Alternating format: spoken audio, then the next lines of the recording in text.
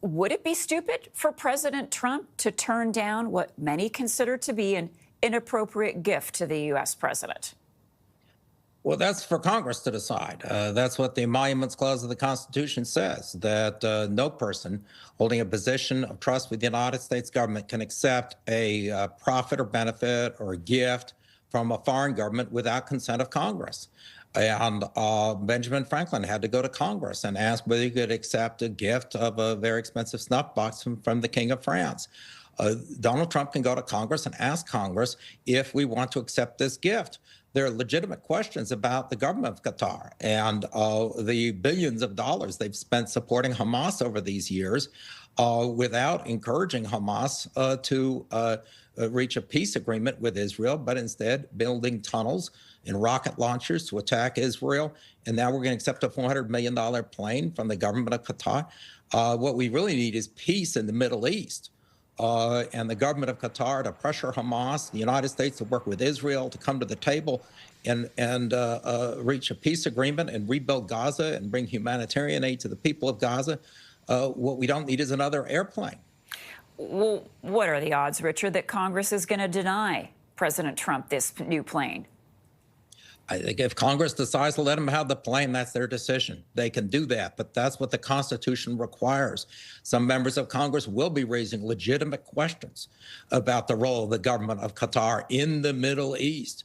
The fact that we have had to spend tens of billions of dollars of taxpayer money supporting Israel after a terrorist attack by Hamas that was supported by the government of Qatar. And what are we getting? We're getting a $40 million airplane. Well, thank you very much. But what about the 50,000 people dead in Gaza, the Israelis who were murdered on October 7? Can we prevent this type of humanitarian disaster in the future?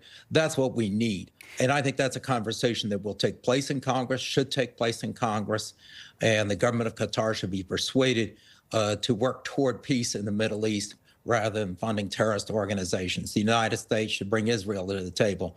That's what we need to talk about, not whether the president of the United States gets a fancy new plane. Well, it's also worth noting that President Trump, who clearly has a beef with Boeing, that he wanted a new plane for some time during his first term in office. He wanted another plane, said that Air Force One was antiquated. And he talked about the cost of repairs, but it's also going to cost, as I understand it, millions to have this plane, this gifted plane, checked over to make sure that it is secure. You can speak to that. I also want to ask you then about the ethical issues that are raised, blurring the lines between politics and personal for President Trump. It will certainly cost a lot of money to make any plane a fit for service as Air Force One. For the president of the United States to have communications on board the plane that are not going to fail in an emergency. We put the president up in the air in that plane whenever the United States is in danger of attack. That's what we did with President Bush after 9/11. That the plane is a very, very critical part of our national security of our country, and the Pentagon needs to have control over it. And it's going to take a lot of time to make a plane safe for the president of the United States and a lot of money. But the big picture is we have a defense budget approaching $1 trillion. We have wars breaking out around the world, and particularly the Middle East, where Qatar is a key player. What we don't need right now is another airplane. What we need is to get the countries in the Middle East, including Qatar, to be willing to negotiate, to reach peaceful resolution of the Middle East crisis that has been going on since the late 1940s.